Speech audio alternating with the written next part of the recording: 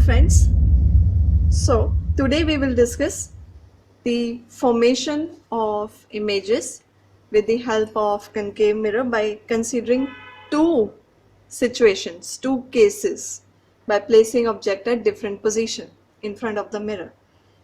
Before moving forward, I would like to mention here that whenever we consider the light rays that are coming from infinity or from very far distance, we show them to be parallel, and they parallelly hit the spherical mirror. As we had studied before, whenever we show that light rays are coming from infinity, we often draw them to be parallel to each other, and then all those parallel light rays hit the reflecting surface of the spherical mirror. But why do we do so? Why do we consider the light rays coming from infinite or a very large distance to be parallel? So here consider the light source, could be a sun which is at very far off distance.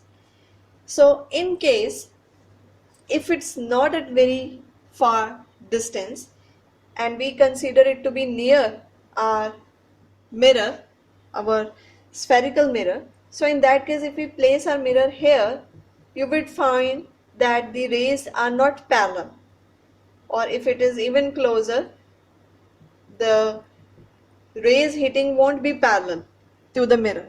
But if we increase this distance and tend to put this particular mirror at very far away, at very far distance, then if you consider here or maybe here, then you would see that these rays coming from a very large distance would appear to be parallel to the mirror. But the only case, the condition being that the aperture of the mirror should be small aperture. If aperture is very big compared to the distance, then definitely again it would find the difference between the rays coming. So if the distance is very large between the light source, or you can say your object, and the spherical mirror, and if the aperture of mirror is small, so it will conceive all those rays coming towards it to be parallel. So that's why we say that whenever we have light rays coming from very large distances, that means very much beyond our center of curvature, not near or beyond, but very far off from center of curvature, then we show them to be parallel. Let's begin with the first case of our image formation by concave mirror. So, as I have mentioned in my previous video that only 4 types of reflected rays are of use for us, and the intersection of any 2 out of those 4 rays will actually help us to find the position of the image. It's not that any of the reflected ray would be of help. So we have already done what kind of reflected rays would be of help for us. There are total of 4, out of which 2 would be enough for us, at least 2, more the better, would help us to find the position of the image. So here our first case is when the object is at infinity, and obviously, as I mentioned, whenever object is placed at infinity, the light rays coming from it would be considered to be falling on the spherical mirror parallelly. They would be parallel to each other, all the light rays. And as mentioned by some rules, that if the incident ray is falling parallel to the spherical mirror, then after reflection it will pass through the principal focus. So here all the rays we have are parallel rays. So whosoever will hit the spherical surface, it will after reflection pass through focus. So if we make plenty of rays here, they will all go through the focus. So the point of intersection of all the rays is the focus. And here again we have shown this D is the point of incidence, and the line joining the center of curvature and point of incidence is the normal for spherical mirror. So here this is the angle of incidence between incident ray and the normal, and this is the angle R is the angle of reflection between normal and the reflected ray. So here we need not to show more of the rays because we need at least two rays, and definitely these two rays here follow our first rule, that is if they are falling parallel, then after reflection they would pass through principal focus. And since here at the intersection we see that we are getting a point, because intersection of two lines always give us a point, and that point is none other than but the principal focus of the spherical mirror. It means the image will be forming on the principal focus. But since you cannot see any size here, since it's just a point, so this means that the image would be point size image. So now, where is our object? We have to mention these four things whenever we consider the image formation: position of the object, position of the image, size of the image, and nature of the image. All these four things should be known to us. So if we talk about position of the object, we know object is at infinity. And now we have seen that the intersection of two reflected rays is giving us, which gives us the position of image, and they are intersecting at principal focus. That means image will be formed at the principal focus.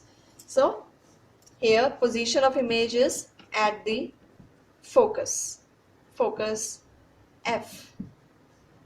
Size of the image. Since here we are seeing the cross section, and intersection always gives us a point, so the image will be point sized image. So here we will say highly diminished, because we don't know the exact size of the object. Object is at infinity, we don't know how big it is, but whatever its size is, the size of its image would be very much diminished. So highly diminished and point sized. And now come the nature of the image. Whenever we talk about nature, we say whether it is real or inverted. I've already talked about real and inverted images in my previous video. So as I have already mentioned that in case of concave mirror, almost most of the images formed are real and inverted. And even if you skip this wording that in case of concave mirror, the main thing is if the image is forming in front of the mirror, then it will be real and inverted. If it is forming at the back of the mirror, then it will be virtual and erect. So in case of concave mirror, in most of the cases except one, there will be one case where image won't be formed in front of the mirror. But in all the remaining cases, whenever image is forming in front of the mirror, it will be real and inverted, and whenever it forms at the back of the mirror, it is virtual and erect. So here, since it's in front of the mirror, so we have our real and inverted image. It's gonna be real, that means we can obtain it on screen, and it will be inverted. Like as we have mentioned, it's point size, so we cannot actually determine its size, but if it is, it will be inverted somehow. One more thing I want to mention here is that when object is very close to spherical mirror, in that case the rays coming from object will tend to pass through focus or pole, because they would be very close. If this is our mirror and object is very close, if this is our principal focus or this is our center of curvature or pole, if object is very close to the mirror, the light rays passing through this, they will tend to come or pass through focus only if the object is very close. And if object is placed far from the mirror, then mostly there will be parallel rays. Either we will have parallel rays, or the rays could hardly they can try to pass through center of curvature, but not more than that. See, if they are very far, there is no other option than that getting parallel. If they are closer, somewhere here, they might have chance to pass through center of curvature, because we know that in case of object, It's not considered as one particular object. In fact, all its sections act as point sources, and infinite number of images arise from each of these point sources. So if it is somewhere here, then also it has chance to go through center of curvature. Any of the ray emerging from the object has the chance to pass through center of curvature. But if the object is placed even closer to the mirror, somewhere here or here, then the ray coming from it has chance to pass through focus or direct pole. So if object is placed nearer, it has chances to pass through the ray coming from it has chances to pass through principal focus or pole.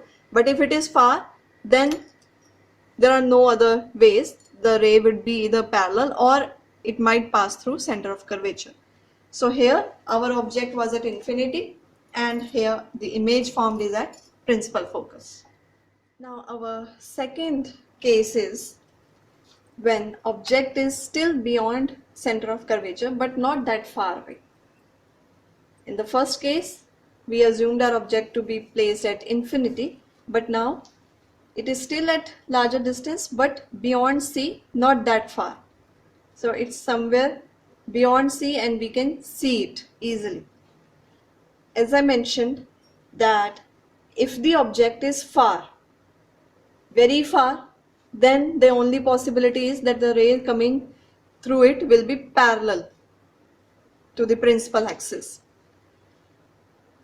But here, first case, definitely there would be parallel ray also, but since it's not that far, it's still somewhere near it, the ray passing or the ray coming through this object can manage to pass through C.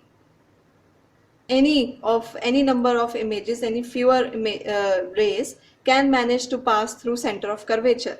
And we know when the ray pass through center of curvature, then after reflection from the mirror, it just retraces its path. So out of number of rays coming through this object, the two that will be of use for us, that would actually give us the image, would be the one which is parallel to principal axis and after reflection passes through focus, and the other one which passes through center of curvature and after reflection just retraces its path. And all we want is the intersection of those two reflected rays, and here this point is the intersection, you can see here. So this particular region, this distance would be the size of the image formed. So now here, what would be the position of the object? That is beyond C. And what about position of image?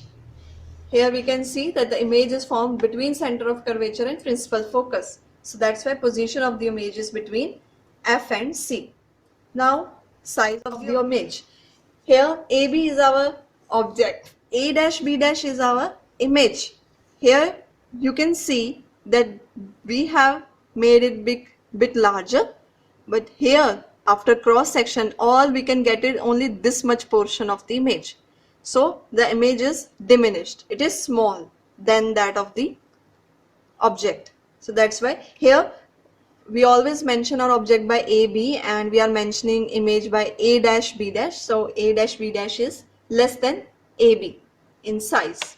And what about the nature of the image? Again, in case of concave mirror and also whenever image is formed in front of the mirror, it is going to be real and inverted. There is no doubt about that.